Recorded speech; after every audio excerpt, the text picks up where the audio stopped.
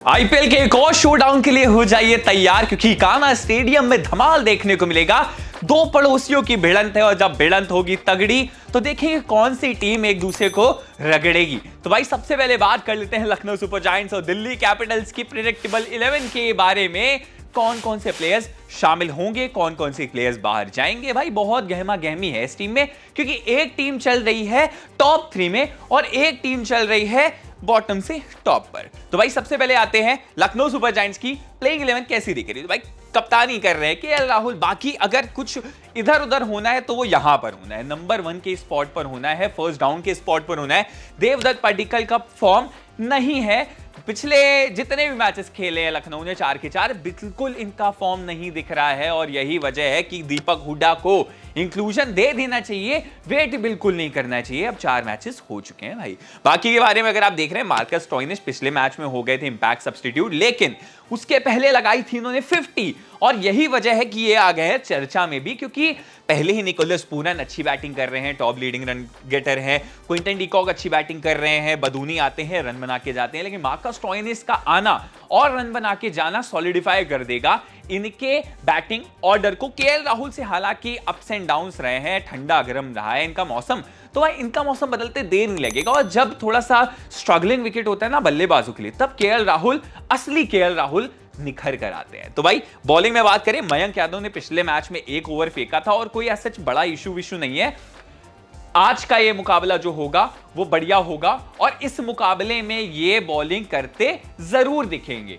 तो भाई इसके अलावा पिछले मैच में यश ठाकुर ने 5 लगाया और आईपीएल 2024 का पहला 5। तो भाई इनके लिए कहीं ना कहीं वो मोटिवेशन लेकर आएंगे और इनके लिए वो मूवमेंट ऑफ द इनका आईपीएल होता दिखेगा और उसी को कैरी फॉरवर्ड करेंगे ये दिल्ली के खिलाफ मैच में। बाकी बात करते हैं दिल्ली के बारे में, तो बॉटम पर रही है ये टीम और इनके फेवर में कुछ भी नहीं जा रहा है यार, क्योंकि सबसे पहले तो पृथ्वी शॉ का पिछले मैच में अच्छा बल्लेबाजी का प्रदर्शन था, लेकिन कुछ फायदा नहीं हुआ। ट्रिस्टन स्टब्स की 250 के आसपास के स्ट्राइक रेट की बल्लेबाजी वेस्ट चली गई। क्यों? क्योंकि डेविड वार्नर नहीं चल रहे हैं, क्योंकि मिचेल मार्श को खिलाया नहीं जा रहा है, क्योंकि जब बल्लेबाजी चाहिए होती है तो अक्षर पटेल, ललित यादव बैटिंग कर ढंग से नहीं कर पाते हैं। ऋषभ पंत पिछले मैच में फेल हो गए तो पूरी बैटिंग ऑर्डर ही ढह गया। गेंदबाजी में जितने ज्यादा रन वो खाते हैं उससे डबल, उससे आधे के ही बना पाते, तो यही रीजन है यार। एंड्रिक नोकिया लास्ट ओवर में खा रहे हैं 32 रन, तो आपका जब मेन बॉलर आपका इतना पिटाई हो जा रही है ना उनकी, तो बाकी के लिए कुछ बच ही नहीं रहा है यार। तो वही है कि इनको बॉलिंग में बहुत ज्यादा सुधार करने पड़ेंगे।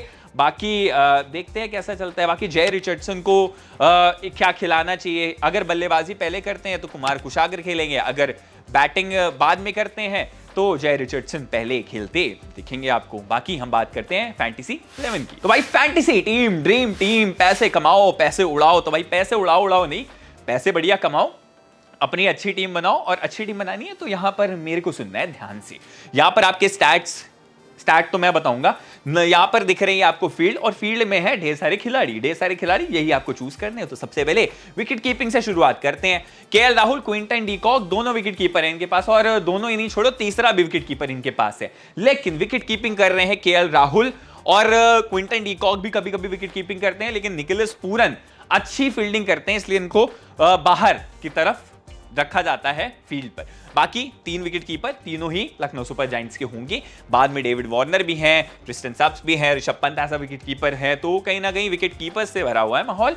लेकिन आपको ये बैटिंग ऑर्डर रखना है, तभी आपकी टीम बढ़िया बन पाएगी। गेंदबाजी की बात करें तो यश ठाकुर, खलील अहमद, कृणाल पांड्या और मयंक यादव। यहां पर कृणाल पांड्या का होना इंपॉर्टेंट है।